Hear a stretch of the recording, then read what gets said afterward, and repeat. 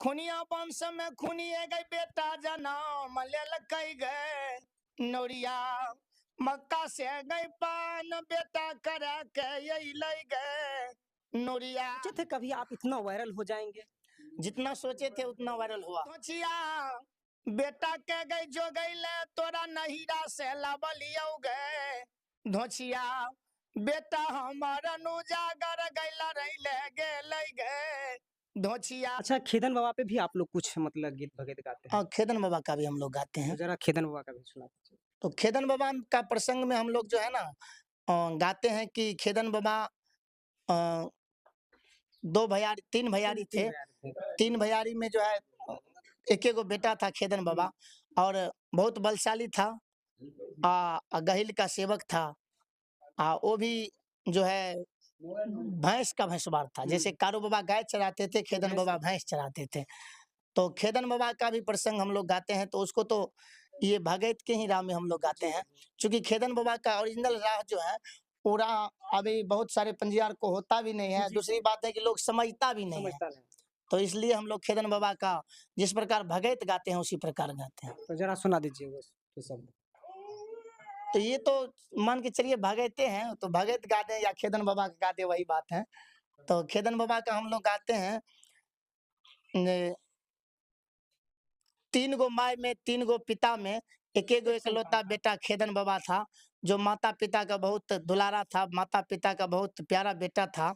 और शादी के ही पश्चात खेदन बाबा का अ, कुछ ही दिन, एक ही दो दिन में शादी के मान के चलिए शादी करा के आए और घर से निकले, भैंस लेकर के सुरहा जंगल गए और उसी पश्चात में बाबा खेदन का मृत्यु हो गया। इसमें तो गाने में नहीं आता बनता है, क्योंकि ये सब चीज साज बाज पे गाया जाता है।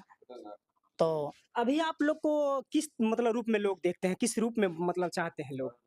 हम लोगों को तो भगत के लोग गाथा के गायक बोलते हैं, पंजियार बोलते हैं। हाँ, महारथी लोग अभी भगत के आपको कह रहे हैं। बहुत सारी चीज बोलते हैं, भगत के महारथी बोलते हैं, फोन करके लोग बधाई देते हैं, ट्रेंडिंग स्टार हैं, भारत के नंबर 1 है, बिहार के, जो जिसको आता है अपना तरफ से लोग अच्छा, बोलते हैं। भगत में आप अपना गुरु किसको मानते हैं? भगत में मेरा जो है सबसे पहले हमारे गांव में गंगा बाबू हैं, जो अभी भी जीवित हैं। वही हमारे गांव में भगत का जो है गायक थे पहले पूर्व जमाना के, और उसी के साथ हम गाते थे। अच्छा, आपके टीम में कितने मेंबर हैं अभी भगत में? 7 मेंबर हैं। 7 मेंबर हैं। जी। तो सबसे ज़्यादा अगर किस मतलब भगत को गाते हैं तो अच्छा लगता है, जो भगन भजन सुनते हैं भक्त सब? अभी तो वायरल हुआ है मीरा साहब का प्रसंग। जी, जी। वैसे भी हम गाते भी हैं, प्रोग्राम भी करते हैं, तो ज़्यादा हमको डिमांड मीरा साहब का ही प्रसंग का लोगों के ऊपर से रहता है कि नहीं आप मीरा साहब का ही प्रसंग गाएँ। जहाँ पहुँचते हैं कहते हैं कि मीरा साहब का स्पेशलिस्ट गायक हैं, जी, जी। आप मीरा साहब का ही प्रसंग सुनाएँ। तो ज़्यादातर लोग मीरा साहब को पसंद अच्छा, करते हैं। कालीदास पे भी गाते हैं कुछ? कालिदास का मेरा कैसेट भी बना हुआ है। एक गा सुनाइए कालिदास पे। ये कालिदास का प्रसंग है। जो बाबा कालिदास जब शेरा का बीरा पान उठा करके शेरा जा रहे थे, तो उसको माँ रोक रही थी कि तुम शेरा नहीं जाओ, शेरा में विषैला सर्प है, शेरा जो जाता है वह जिंदा नहीं आता है। तो कालिदास बाबा भी शेरा का बीरा पान उठाए हुए थे, बोले कि नहीं हम शेरा जाएंगे।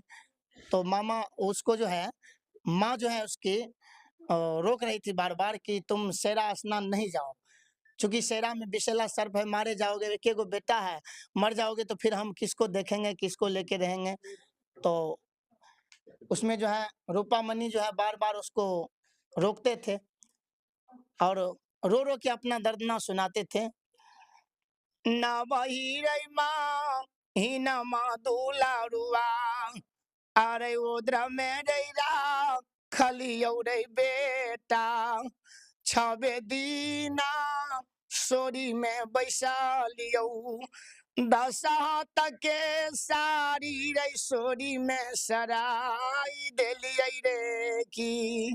ये अपना दर्द भरी कहानी सुनाते थे कि तुम नहीं जाओ, तुम्हारे लिए मैं इतना कष्ट किया हूँ, राजपुरोरा में रह जाओ। यही इसका। कितने भाई-बहन आप हैं? हम 2 भाई हैं और 3 बहन हैं। और पढ़ाई-लिखाई आपका कहाँ तक हुआ है? पढ़ाई-लिखाई मेरा बीए फाइनल है संगीत से, और बीएड भी किए हुए हैं, मैं सीटेट भी क्वालीफाई है, और वैसे भी हम बीपीएससी में भी बैठे थे, तो कुछ नंबर के कारण से मेरा अच्छा, इतना अच्छा धुन कैसे मतलब निकालते हैं? ये तो धुन तो गाते हैं, बनाते हैं, अपने से बनाते हैं, गाते हैं तो एक धुन तो और बनती आपका भगत तीसरा में काफ़ी तेज़ी से वायरल हुआ कौन-सा है? मामा वाला पे?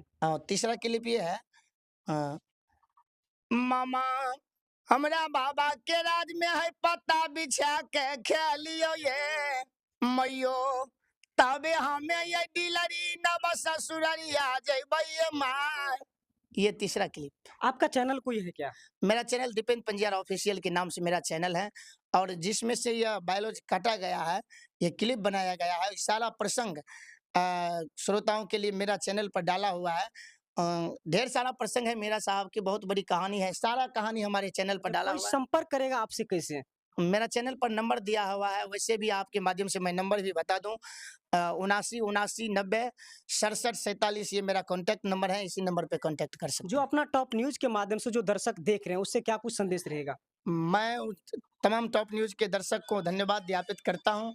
आप लोग इसी तरह प्यार आशीर्वाद देते रहें और किसी भी प्रसंग की आप लोगों को टिप्स की ज़रूरत हो, इच्छा हो तो आप लोग कमेंट करके हम लोगों को बताएँ, शेयर करें कि ये टिप्स चाहिए तो हम आपके माध्यम से हो या जिस पत्रकार को के माध्यम से या मेरे चैनल के माध्यम से हो, कमेंट करके बताएँगे तो हम देने का काम करेंगे। अभी गायक सब अश्लील गा के चमक जाते हैं, लेकिन आप कभी सोचे थे कि 10 वर्ष का पहले गाया हुआ गाना अभी वायरल होगा?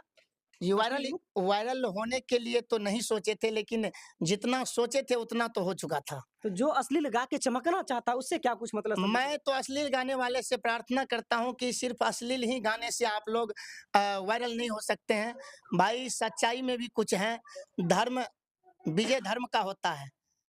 सतयुग, त्रेता, द्वापर, कलयुग चारों युग में धर्म का विजय हुआ है। देर ही सही लेकिन दुरुस्त होगा। आप लोग अश्लील ना गाएँ, धर्म पे गाएँ तो वो भी वायरल होता है, अश्लील से ही वायरल नहीं होता है। तो अभी आप अपना टॉप न्यूज़ को देख रहे हैं और मेरे कैमरे में जिस चेहरे को देख दीपेन पंजार के बारे में आप क्या सोच रहे हैं? अपनी प्रतिक्रिया देने का प्रयास करेंगे। मिलूँगा अगले वीडियो में, तब तक के लिए जय हिंद।